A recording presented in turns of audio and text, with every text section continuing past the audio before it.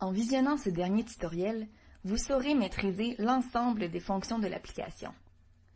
Il ne demeure que ces 4 fonctions, soit ajouter des données, bibliothèque de fonds de carte, légende et liste des couches.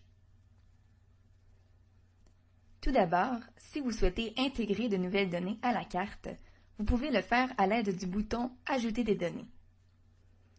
Vous avez accès à plusieurs types de données, comme des fonds de carte ou des entités. Pour les données de type entité, on peut trouver, par exemple, les couches de vulnérabilité aux inondations produites par notre équipe de la classe de la vulnérabilité. Pour retirer cette couche, cliquez sur « Supprimer ». Vous pouvez aussi intégrer des données en saisissant des URL directement ou en téléchargeant des fichiers locaux tels que des fichiers de forme, CSV, GPX ou GeoJSON. En résumé, cette fonction vous permet d'ajouter temporairement des couches à la carte et de les supprimer. Aussi, vous pouvez modifier l'affichage de l'application à l'aide de la bibliothèque de fonds de carte qui propose différents types de fonds de carte.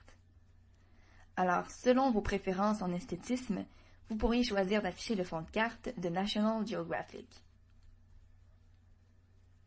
Ensuite, pour mieux saisir la signification des différentes couleurs des couches affichées, vous pouvez consulter les étiquettes et les symboles des différentes couches de la carte en cliquant sur « Légende ».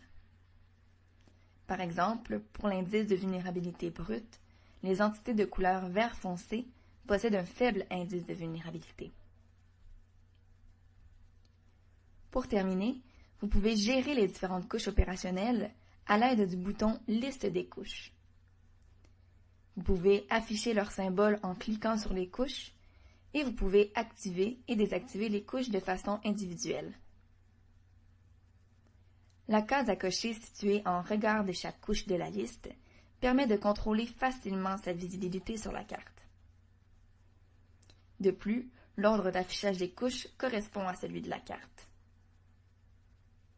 Finalement, dans les 3 petits points, vous pouvez modifier l'ordre des couches à l'aide des options « Monter » et « Descendre » et ajuster leur transparence.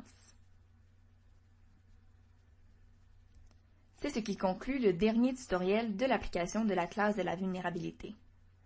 Vous avez maintenant tous les outils nécessaires pour naviguer facilement dans l'application. On vous souhaite une bonne exploration.